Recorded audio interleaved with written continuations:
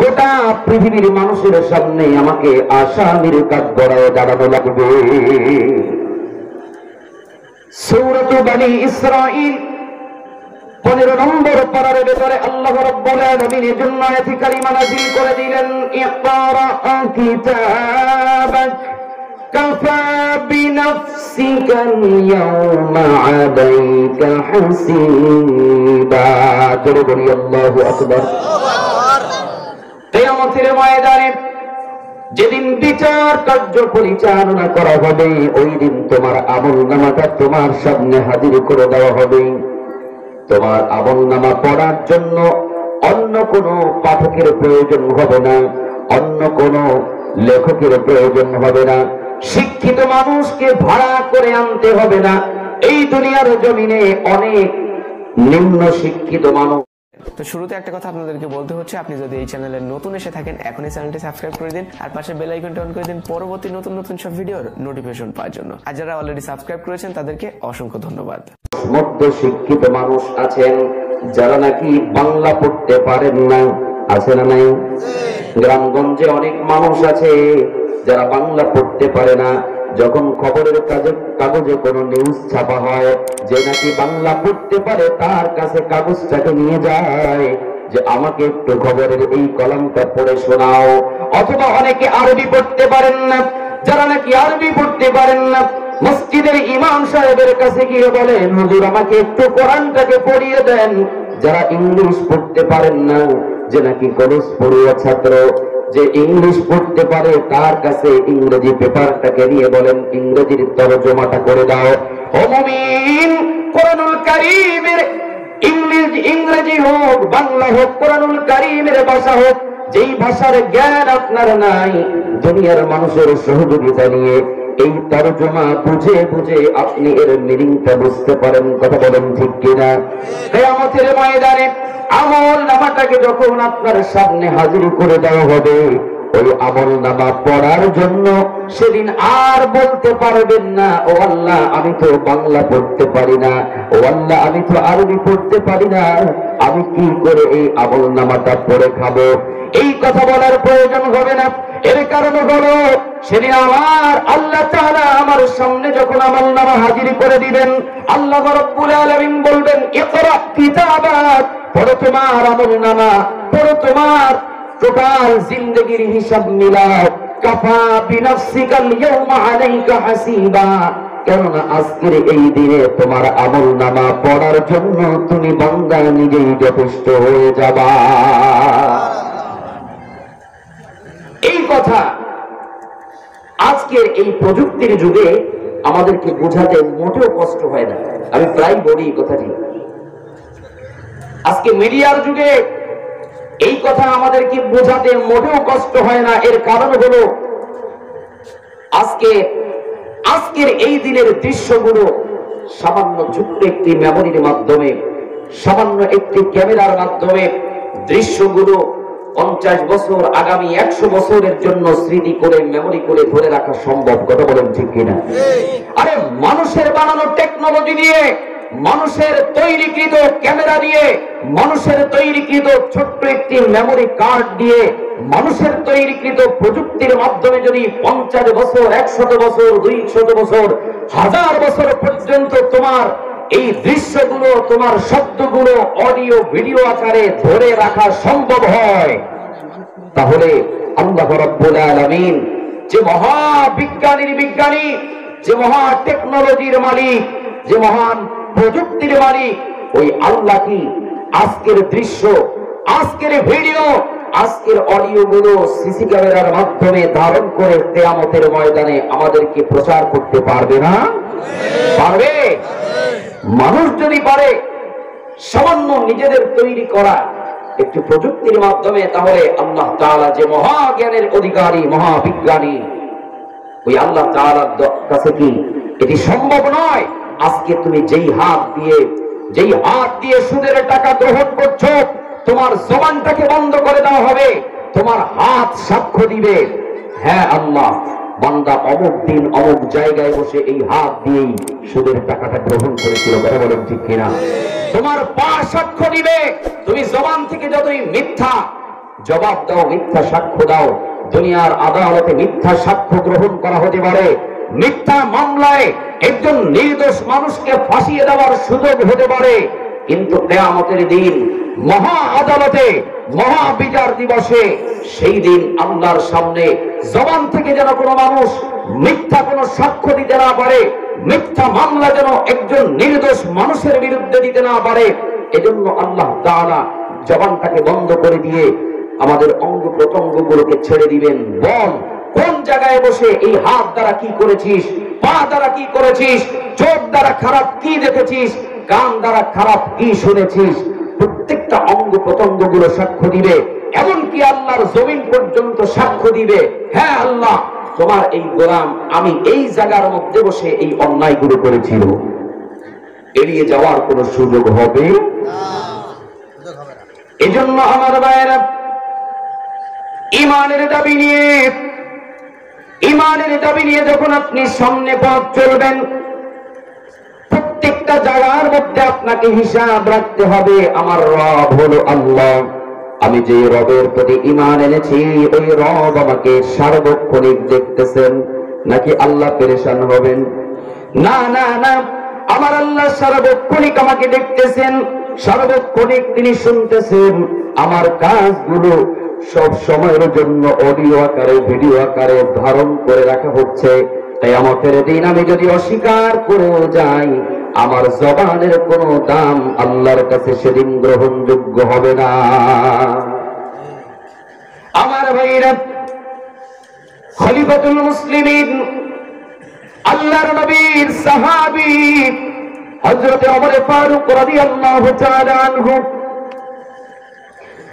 যেদিন পর্যন্ত ইসলাম গ্রহণ করেন নাই, ঈমান গ্রহণ করে নাই, ঈমান আনার পূর্বে খলিফাতুল মুসলিমিন হযরত ওমর ইবনুল খাত্তাব তিনি যখন শুনতে পেলেন মক্কার নগরীতে একজন নতুন মানুষ এসেছে যে নাকি আল্লাহর দ্বীনের দাওয়াত দিতেছে, ঈমানের জন্য মানুষকে আহ্বান করছে, কোন নতুন এক ধর্মের আবির্ভাব হলো, যে ধর্ম নাকি আমাদের পূর্বপুরুষদের পুরনো ঐতিহ্য ধর্মকে বাতিল করে দিয়ে নতুন এক রবের দিকে আমাদেরকে আহ্বান করছে।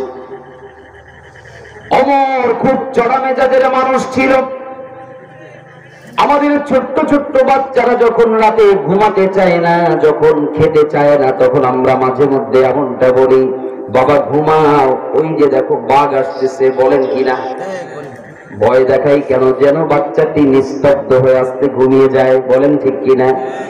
যখন বাচ্চাটি, ছোট্ট বাচ্চাটি খেতে চায় না, তখন তাকে বাঘের ভয় দেখাই, সিংহের ভয় দেখাই, বাবা তাড়াতাড়ি খেয়ে নাও, বাঘ আসতেছে, ভূত আসতেছে, বলে কিনা? ভূতের ভয় দেখাই, দেখানোর পরে দেখা যায় বাচ্চাটি আসলেই ভয় পেয়ে দ্রুত খাবার গুলো খেয়ে নেয়, দ্রুত ঘুমিয়ে যায়, কথা বলেন ঠিক কিনা?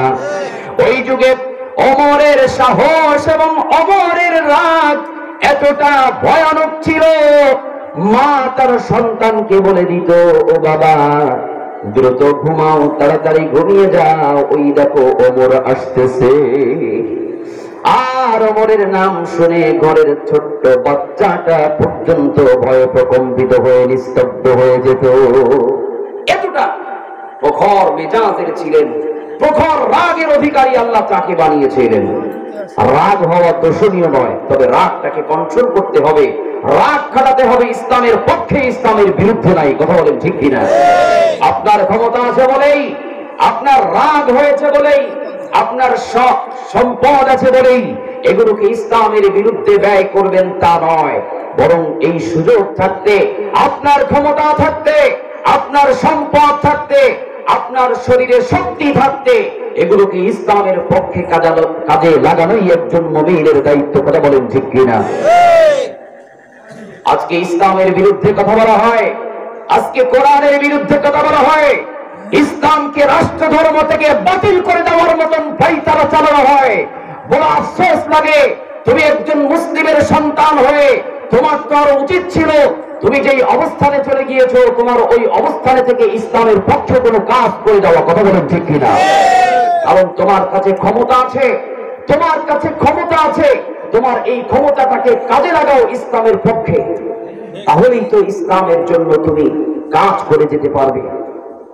বড় আফসোস লাগে, কোন ইহুদির বাচ্চা যেই সাহসটুকু করতে পারে না, কোন হিন্দুর বেটা যেই সাহসটুকু করতে পারে না, আজ মুসলমানের সন্তান হয়ে ক্ষমতা টিকিয়ে রাখার জন্য, দলকে টিকিয়ে রাখার জন্য তারা এই কাজগুলো করে যাচ্ছে। আল্লাহ যেন তাদেরকে হেদায়েত নসিব করেন, বলেন আমিন। যদি হেদায়েত না থেকে থাকে, আল্লাহ যেন তাদেরকে ভেঙে টুকরা টুকরা করে দেয়, জোরে কোন আমিন। ক্ষমতাকে কাজে লাগাতে হবে ইসলামের পক্ষে। রাজি আছেন? রাজি আছেন? ওমর ফারুক রাদিয়াল্লাহু তাআলা আনহু এখনো পর্যন্ত ইসলাম পর্যন্ত গ্রহণ করেন নাই। যখনই তার কানে শুনতে পেয়েছে আব্দুল্লাহর বেটা মুহাম্মদ নবুয়তের দাবি করছে আর এক আল্লাহর দিকে আহ্বান করছে, ওমরের মেজাজ বড় গরম হয়ে গেছে। চলে যায় মক্কার পানে কাবার চত্বরে। পথে প্রত্যেকটা মানুষের কাছে জিজ্ঞাসা করতে থাকে, কি গো যা শুনলাম সত্য নাকি? বলে কি শুনেছ? বলে আব্দুল্লাহর বেটা মুহাম্মদ নাকি নবীর দাবি করে, নবুয়তের দাবি করে, দ্বীনের দাওয়াত দিচ্ছে, এক আল্লাহর প্রতি দাওয়াত দিচ্ছে, কথা সত্য নাকি? বলে হ্যাঁ তাই তো সত্য।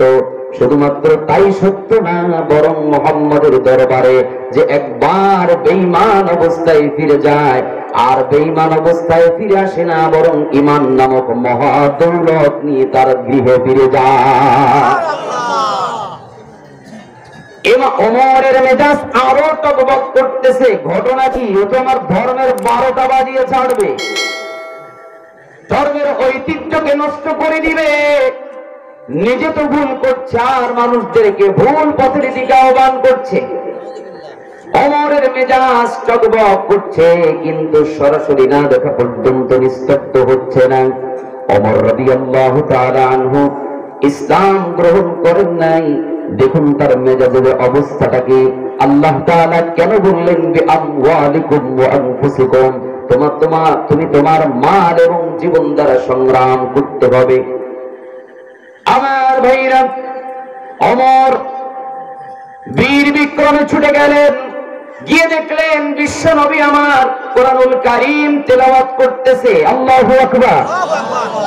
আর গুটি কয়েকজন সাহাবী কেবলমাত্র ইসলাম গ্রহণ করেছে, অল্প দিন হলো দিন গ্রহণ করেছে। এই সমস্ত নতুন মুসলমান, নতুন কয়েকজন সাহাবী বিশ্ব নবীর দরবারে চতুর্দিক থেকে ঘিরে বসে আছে। আর বিশ্ব নবীর মায়াবী মধুর কণ্ঠে কোরআনুল কারীম শুনে শুনে হৃদয়টাকে ঠান্ডা করতেছে। একটা বার শুধু হৃদয়টাকে এটা অনুভব করতে শুরু করে দেন। রমজান মাসে যখন কোরআনুল কারীম খতমে তারাবির মধ্যে হয়, মজা লাগে কি লাগে না? প্রতিদিন নামাজের মধ্যে যখন ইমাম সাহেব তেলাওয়াত করতে থাকেন, মজা লাগে কি লাগে না? আজ পর্যন্ত কোন মুসল্লি, কোন বৃদ্ধ বাবাজি, কোন যুবক ভাই কি ইমাম সাহেবের কাছে গিয়ে বলেছেন নাকি, হুজুর প্রতিদিন সূরা ফাতিহা পড়তে আর ভালো লাগে না, প্রত্যেকটা দিন কেন সূরা ফাতিহা শোনান আমাদেরকে, সূরা ফাতিহা বাদ দিয়ে অন্য আরেকটা সূরা শোনান, আমাদের কাছে ফাতিহা ভালো লাগে না, এমন কারো অবস্থা হয়েছে নাকি? না না না, বরং যতই শুনি ততই মনে চায় যেন কোরআন তেলাওয়াত আরো শুনতে থাকি। ও ভাই, আমাদের মতন আসিস গোরাগার, আমাদের মতন ছোট ছোট মানুষের কণ্ঠে যখন কোরআনুল কারীম দুনিয়ার মানুষ শুনতে থাকে, তখন চোখ দিয়ে দর দর করে পানি পড়তে থাকে। দেখবেন যারা হজ করেছেন তারা দেখেছেন নিশ্চয়ই মদিনাতুল মুনাওয়ারায়, মসজিদে নববীর ভেতরে, মদিনায় কাবার চত্বরে যখন কোরআনুল কারীমের তেলাওয়াত শুরু হয়ে যায়, যেন কিয়ামত সংঘটিত হয়েছে, মানুষের কান্নার রোল পড়ে যায়। কারণ কোরআনুল কারীমের অর্থ যখন তারা বুঝে যায়, তর্জমা যখন বুঝতে থাকে, তখন তারা তাদের চোখের পানি আটকে রাখতে পারে না, তাদের হৃদয়টা কি গলতে থাকে, তাদের ঈমানি পাওয়ার বেড়ে যায়। আল্লাহু আকবার। তাদের ঈমানি পাওয়ার যখন বাড়তে থাকে, তখন তাদের চোখ দিয়ে বেয়ে বেয়ে পানিগুলো পড়তে থাকে।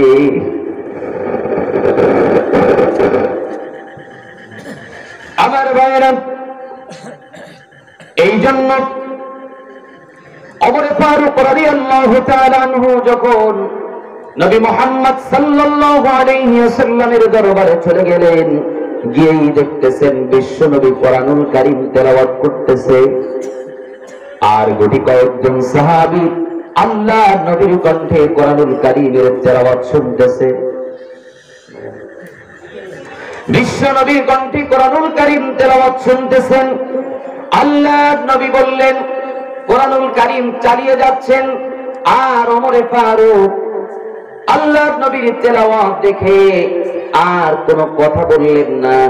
ওমরে ফারুক চিন্তা করলেন, যার ব্যাপারে দূর থেকে এত বদনাম শুনেছি, যার কাছ থেকে এত বদনাম দুর্নাম শুনলাম, আগে কিছু না বলে সে যেই কথাগুলো কোরআন তেলাওয়াত করতেছে, যে কথাগুলো বলতেছে, একটা বার অন্তত এই কথাগুলো শুনে দেখি। কি করি? কথাগুলো একবার শুনে দেখি। ওমর রাদিয়াল্লাহু তাআলা আনহু সাহাবীদের পিছনে গিয়ে বসে গেলেন, কোরআনুল কারীমের তেলাওয়াত শুনতেছেন বিশ্বনবীর কণ্ঠে। আহা কি মায়াবী কণ্ঠ, কি মধুময় কণ্ঠে কোরআনুল কারীমের তেলাওয়াত। জীবনে একটা বার যদি অন্তত নবীজির কণ্ঠে কোরআনুল কারীম শুনতে পেতাম। একটু মেনশন করার চেষ্টা করেন, অনুভব করার চেষ্টা করেন, কতই না মজা লাগতো। কথা বলেন ঠিক কিনা? বিশ্ব নবী আমার তিলাওয়াত করছেন, ওমরে ফারুক যখন বসে গেছেন পিছনে, গভীর ধ্যানে বসে আল্লাহর কোরআন শুনতেছে নবীজির কণ্ঠে, কোনো কথা বলে না। কোরআনুল কারীমের ভাষা যেহেতু তাদের আরবি ছিল, কোরআনের ভাষা বুঝতে পারতে তাদের কোনো কষ্ট হচ্ছিল না। যখনই আল্লাহর কোরআন শুনতেছে, তখন অর্থগুলো বুঝে বুঝে তারা নিজেরা মিলাতে শুরু করে দিয়েছে। আল্লাহর নবী যত সামনে চলে যায়, এক পর্যায়ে ওমর চিন্তা করে, না না না, দূর থেকে মুহাম্মাদের ব্যাপারে যেটা শুনেছি সে একজন কবি, দূর থেকে শুনেছি মুহাম্মদ বানিয়ে কথা বলে, এখন দেখছি শুধুমাত্র বানোয়াট কথার ছন্দ নয়, বরং সে একজন জ্যান্ত কবি। কথা যতই আসে ততই কথার ছলে ছলে তার কবিতা বের হয়। আল্লাহু আকবার। কোরআনুল কারীমের আয়াতে কবিতার ছন্দের মতো মিল আছে না নাই? বড় সূরা না পারেন, অন্তত সূরা ইখলাস তো সবাই পারেন, ঠিক কি না? সূরা ইখলাসের প্রত্যেকটা আয়াত একবার মিলিয়ে দেখেন, প্রত্যেকটা আয়াতের শেষে মিল রয়েছে। আহাদ, কুল হুয়াল্লাহু আহাদ, আল্লাহুস সামাদ, লাম ইয়ালিদ ওয়া লাম ইউলাদ ওয়া লাম ইয়াকুল লাহু কুফুয়ান আহাদ। মিল আছে না নাই? আর যারা কবিতা সম্পর্কে ন্যূনতম ধারণা আছে তারা জানবেন, তারা বুঝে থাকবেন, বলে থাকবেন, কবিতার একটি মূল সত্য হলো কবিতার শেষ লাইনে মিল রাখতে হয়। কথা বলেন ঠিক কিনা? শেষ লাইনের শেষ অক্ষরে মিল রাখতে হয়। আল্লাহ তাআলা এইভাবে করে মিল করে কোরআনুল কারীমটাকে আমাদের সামনে উপস্থিত করেছেন। শুধুমাত্র তাই নয়, والشمس وضحاها والقمر إذا تلاها والنهار إذا جلاها والليل إذا يغشاها والسماء وما بناها والأرض وما طحاها ونفس وما سواها। প্রত্যেকটা আয়াতের শেষে হা আছে না নাই? কথা বলেন, আছে না নাই? আর কবিতার একটি অন্যতম বৈশিষ্ট্য হলো প্রত্যেকটা লাইনের শেষ শব্দে মিল থাকতে হবে। কিন্তু যারা কবিতা পড়েন তারা বলেন, সব একটা কবিতা যদি 20 লাইন থাকে, 10 লাইন থাকে, সব শব্দের শেষে কি মিল পাওয়া যায় নাকি? না না না, 2 লাইন যদি মিলে যায় এক শব্দ দ্বারা, পরের 2 লাইন দেখা গেছে অন্য শব্দ চলে এসেছে। আর আল্লাহ রাব্বুল আলামিন এমন করে ছন্দের স্বরে নাজিল করলেন। ওমরে ফারুক বসে বসে চিন্তা করে, কি আয়াত গো, যে আয়াতের প্রত্যেকটা, যেই বাড়ির প্রত্যেকটা শেষে কবিতার ছন্দকে হার মানিয়ে দেয়, কবিতার ছন্দকেও পিছনে ফেলে দেয়। ওমরে ফারুক এবার অন্তর থেকে চিন্তা করে, না না না, মুহাম্মাদের ব্যাপারে যা শুনেছি শুধুমাত্র বানিয়ে কথা বলে, আর আমাদের ধর্মের মিথ্যা অভিযোগ যে শুনেছি, এটা শুধু এখানেই শেষ নয়, বরং আব্দুল্লাহর বেটা মুহাম্মদ হচ্ছে একজন জ্যান্ত কবি, সে কথার ছন্দেই কবিতা বলতে পারে। সুবহানাল্লাহ তো বললেন, কিন্তু তার নিয়ত ভালো ছিল না, তখন মতলব ভালো না। ওমর ফারুক যখন এই কথা অন্তর থেকে চিন্তা করছে যে মুহাম্মদ একজন কবি আসলে কি তার বানানো কথা বলছে নাকি আল্লাহর বাণী প্রচার করতেছে? যারা বলেন কার বাণী? আল্লাহর বাণী প্রচার করতেছে। ওমর রাদিয়াল্লাহু তাআলা আনহু যখন ভাবতেছে মুহাম্মদ তো একজন বড় ধরনের কবি হয়ে গেছে, তখন আল্লাহ তাআলা তার অন্তরের কথা কি বুঝে ফেলে দিলেন, নবী মুহাম্মদের উপরে আয়াতে কারিমা নাযিল করে দিলেন।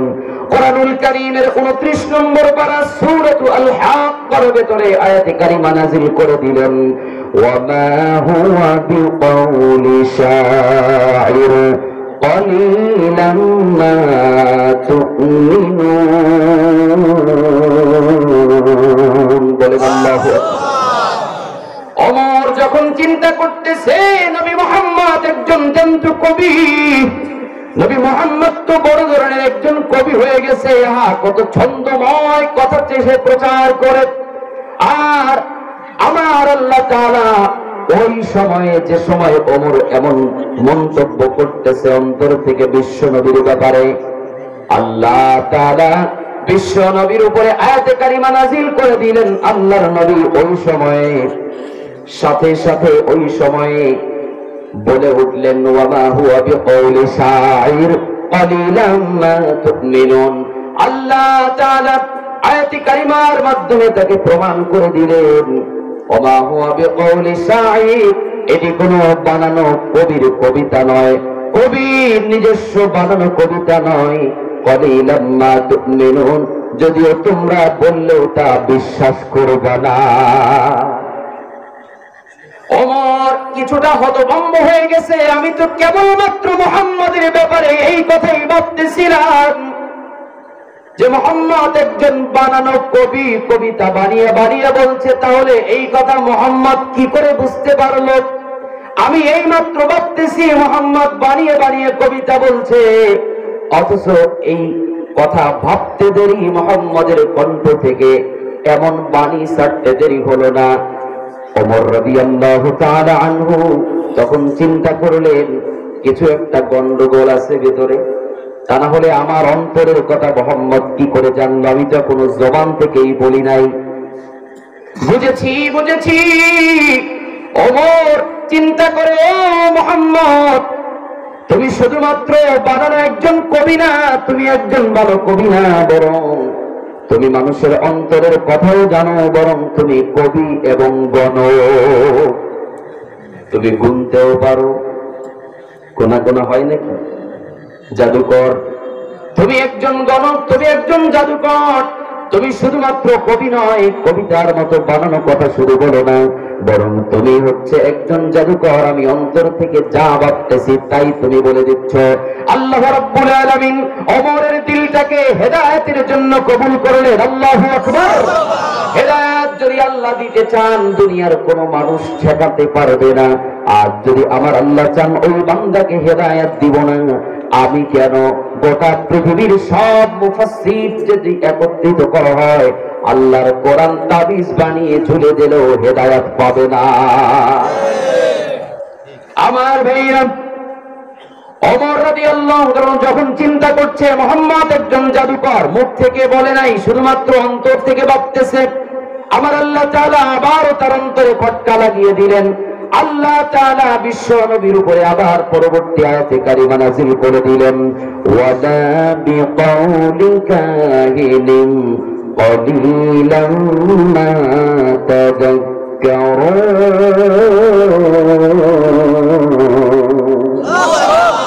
আরো আসতে বলেন আল্লাহু আকবার। নির্বাচনের সময় তো অনেক করে স্লোগান দেন, এক কাপ চা আর এক মুঠ শুকনো মুড়ির কারণে। এখন বুঝি চা খাওয়ানো হবে না? চা না হতে পারে, আল্লাহ তাআলা খুশি হবেন। কি খুশি হবেন? জোরে আওয়াজ করে বলেন আল্লাহু আকবার। আলোচনার শেষ পর্যায়ে চলে এসেছি। শুধুমাত্র এই আলোচনার একটু সার অংশ টেনে দিতে চাই বোঝানোর জন্য। শেষ অংশ থেকে একটু কানটাকে খুলে বুঝে দিন। আমার ভাইরা, ওমর রাদিয়াল্লাহু তাআলা আনহু চিন্তা করে, কিরে, যা অন্তর থেকে ভাবতেছি তাই আল্লাহ বলে দিলেন, ওয়ালা বিকাউলি কাহিন।